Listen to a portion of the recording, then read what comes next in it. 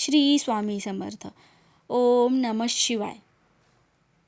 या व्हिडिओमध्ये आपण शिवलीलामृत कथासार पाहणार आहोत. व्हिडिओ शेवटपर्यंत नक्की पहा. संपूर्ण शिवलीलामृत कथासार. अध्याय पहिला. श्री गणेशाय नमः.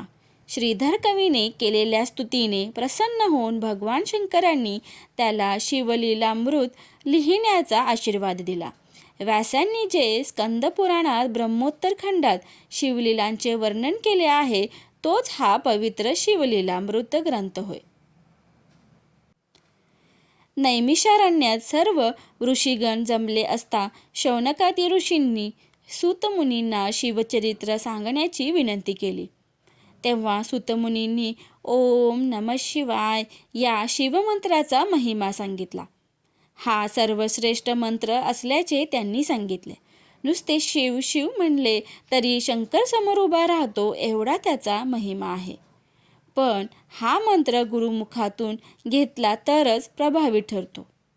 म्हणून तो ब्राह्मण गुरुकडून विधियुक्त घ्यावा. शिवमंत्राच्या पुरोच्चाराने सर्व पापे नष्ट होतात. या मंत्राच्या प्रभावाची कथा सूतमुनींनी सांगितली आहे. फार पूर्वी दाशार्य राजा होऊन गेला. तो उदार व सुलक्षणी होता.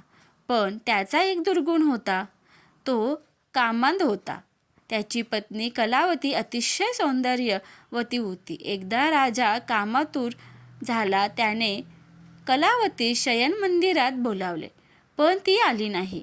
राग येऊन राजा कलावतीच्या महालात गेला व तिला रतिक्रीडेची विनंती करू लागला. पण तिने नम्रपणे नकार देऊन व्रतस्थ असल्याचे सांगितले.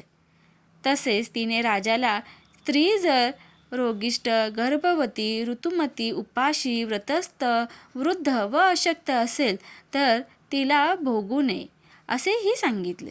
पर्वकाळी उत्तम काळी प्रसन्न मनाने समागम करावा असेही सांगितले. पण राजाने दुर्लक्ष करून तिला बहुपाशात घेतले. त्या क्षणी त्याचे अंग पळून निघाले. राजाने याचे कारण विचारताच कलावतीने शिवपंचाक्षर मंत्राचा हा प्रभाव असल्याचे सांगितले. राजाला पश्चाताप झाला.